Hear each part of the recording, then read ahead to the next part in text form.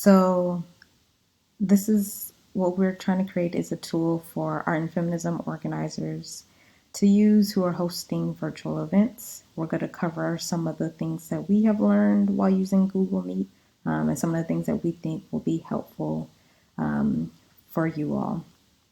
One thing that I think differentiates Google Meet from like a Zoom capture or a Zoom meeting is that Google Meet might be better for smaller groups or for groups where you're more familiar with who will be joining in, just in terms of like having some safety and privacy controls. If you're familiar with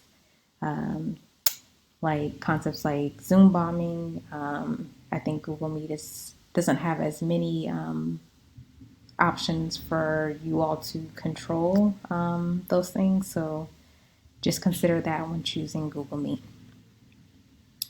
So first, I'd like to start with some of the basic things that you'll notice when you log into Google Meet. You can see the menu bar here at the bottom of your screen, which allows for you to see the name of your event and then information for joining in on this meeting. So if you have someone who's late, you can always find the link to the meeting as well as the dial-in numbers here. Here is the raise hand feature that's useful for anyone in your meeting who needs to ask a question. They can raise their hand and it'll stay up until you or them puts it back down. We also have captions, which you can turn on here, and you'll see that they then begin to transcribe in the language that your Google account is set up in. You can change this, and attendees can change this as well by, I think, right-clicking on the captions, clicking on translate to English, or maybe it might come up in the language that your Google account is, and then you can change the language here. So choose another language, and let's say I wanted to make sure that my captions were in French. Then I could do that, and then now everything that I see in my captions are in French. And each person has to do this individually. This is not something that you as the organizer of the event can control.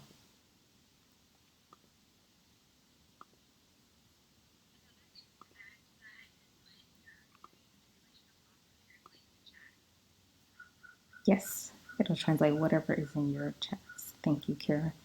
And then last thing here we have is the present now. And so you have access to present as well as other attendees of the meeting can present your screen to share. Here is an extended menu that has an opportunity for you to change the background of your video, to turn off the captions. Since mine are on, this would say turn on if they weren't. Also, yeah, thanks, Kira. If you wanted to change the layout, we only have 2 people, but if you need different options for how you want to visualize everyone in your meeting, the tiled layout would show everyone at the meeting. The spotlight would just show one person. The sidebar would have like your main person in the middle, and then everyone tiled on the side.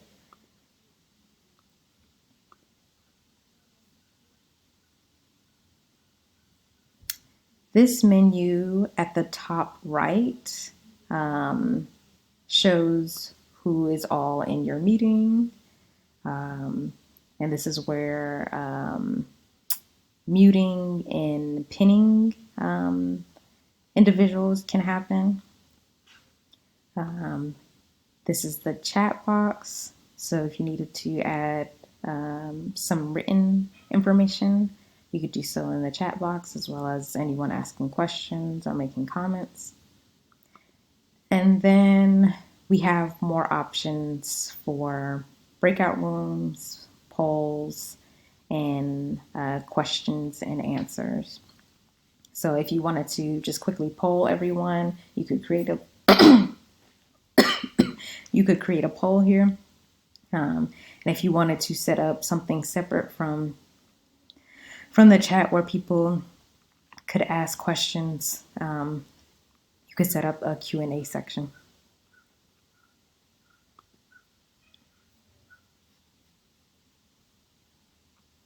So I want to go back to this menu to show the whiteboards. The whiteboard is an opportunity. Zoom has a similar feature, so if you're familiar with Zoom, you've probably seen it, but the whiteboard is an opportunity for you to collaborate with other people in the meeting. So you could open a whiteboard.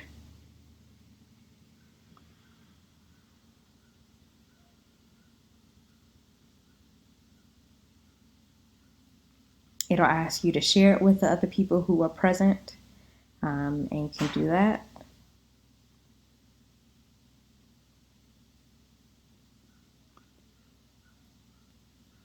And then you have, this will pop up on everyone's screen. And so here, both Kira and I could add different things. So a sticky note.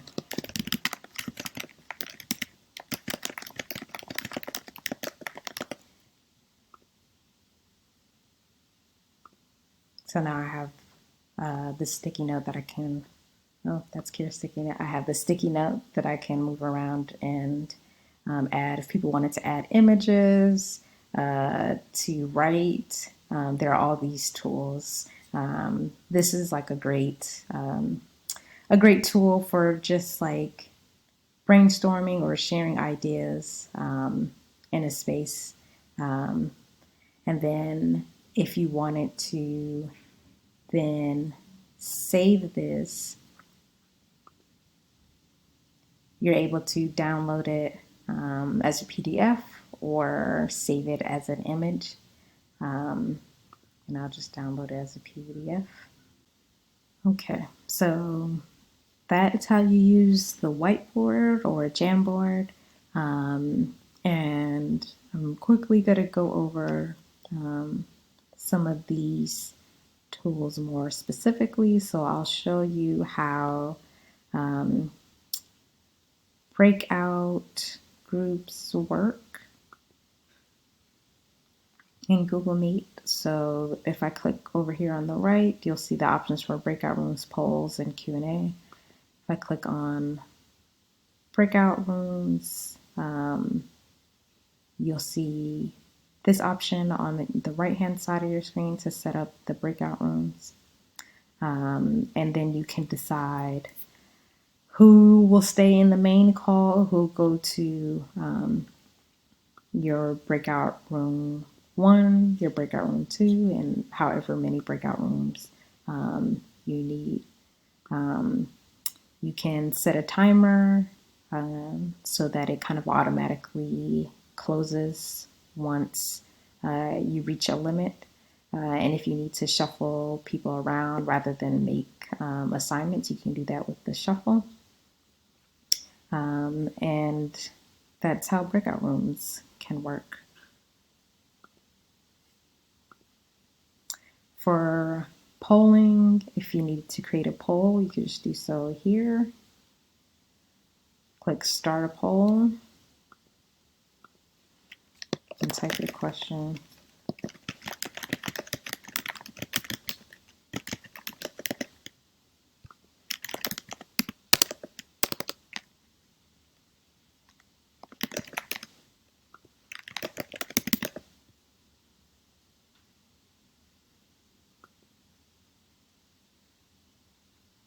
And then now that poll is live, and whoever is attending can respond to the poll. And you can see the answers. Kira just responded. I could show everyone the results and then in the poll so that it's closed. If I wanted to create another poll, I could do the same thing and maintain the results here for past polls.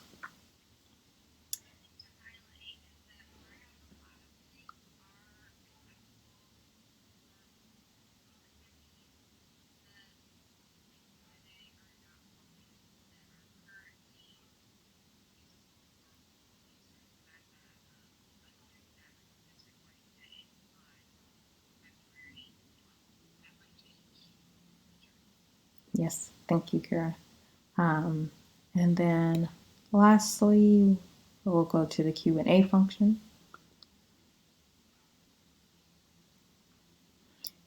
So you can see that this is set to allow questions. That means anyone in attendance could submit a question, even you as a host could.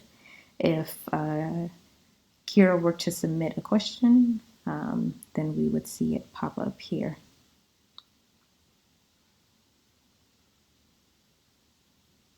So you can see here's Kira's question.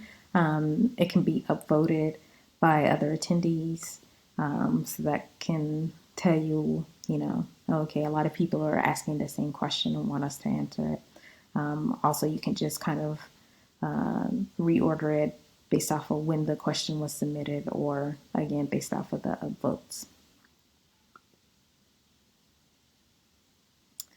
And here's another question. So you'll see that that little dot shows up when there are new questions. So if you have someone else who's monitoring these questions, that'll be helpful for them to look for that little dot that pops up around Q&A. So that is some of the kind of like key tools for using Google Meet. I will say that Art and Feminism uses a business version of Google Meet.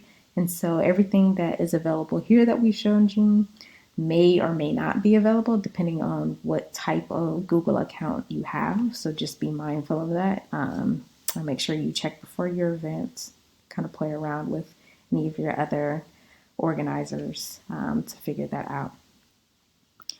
Art and Feminism also has resources for other virtual tools or other technology that you can use to host virtual events. So if you go to artandfeminism.org and click on resources, then you'd be able to scroll down and see virtual event resources. Click learn more and you'll see our complete virtual guide here. And then some of our walkthroughs, the one we did for Zoom and then the one we did for StreamYard. So those are available. Google, most of you can access it for free. And so having to pay for it is not a concern. But if you are having to pay for Zoom or any other technology in order to host your virtual event, then of course, make sure you apply for Art and Feminism event funding so we can help offset the cost for that. And of course, if you have any questions, feel free to email your regional ambassador or info@artandfeminism.org.